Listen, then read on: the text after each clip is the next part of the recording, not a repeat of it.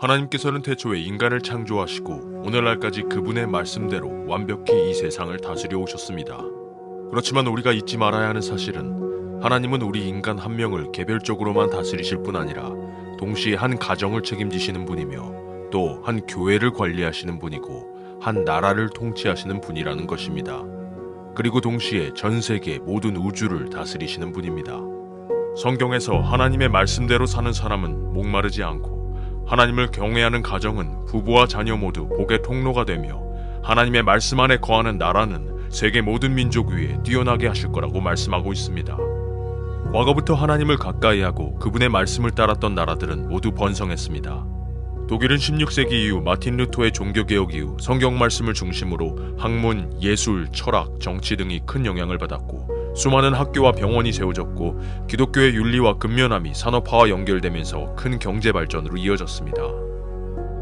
네덜란드 또한 17세기부터 기독교 정신을 바탕으로 상업, 금융, 과학, 예술이 번성하여 황금기를 보냈습니다. 칼빈주의 영향 아래 시민의식과 공공질서가 강화되었고 조기 민주주의 제도가 발달되었습니다. 스위스도 쯔빙글리와 칼빈의 영향으로 나라가 기독교 중심 국가가 되었고 기독교의 검소함, 정직성, 성실성 같은 정신으로 작지만 큰 영향력을 가진 나라로 성장하게 됩니다.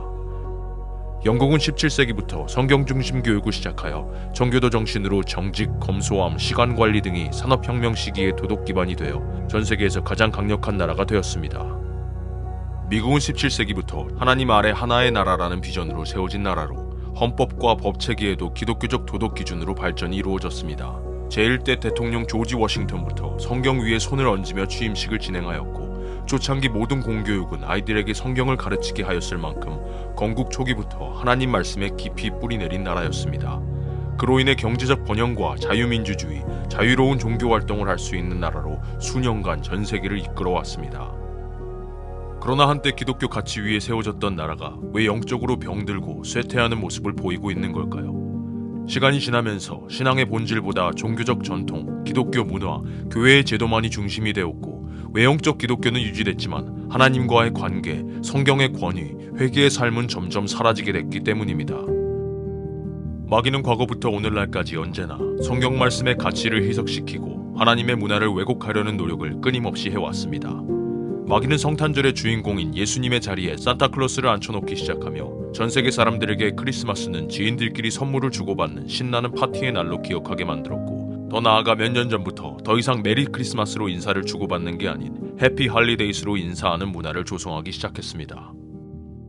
또한 마귀는 하나님께 감사를 드리는 추수감사절이 있는 11월 셋째 주 기간을 블랙 프라이데이라는 연간 가장 큰 세일을 하는 대규모 쇼핑 기간으로 만들어 감사가 아닌 오히려 욕망에 불을 붙여 과도한 소비를 하는 주간으로 만들었습니다. 또한 기독교의 가장 핵심적인 절기인 부활절에 이스터 버니라는 토끼와 초콜릿을 등장시켜 예수님의 부활을 상징하는 부활절 달걀보다도 토끼와 초콜릿의 시선이 더 가게 하여 가족 나들이나 토끼를 찾는 이벤트에 더 관심을 갖게 만들었습니다. 또한 마귀는 1517년 마틴 루터가 종교개혁을 일으킨 리포메이션 데이를 기념하는 10월 31일을 공포와 죽음의 행사인 할로윈 데이로 대체하여 어린이들이 마귀, 해골, 마녀, 귀신의 복장을 하고 집마다 돌아다니며 사탕을 받는 어둠의 행사의 날로 만들어버립니다.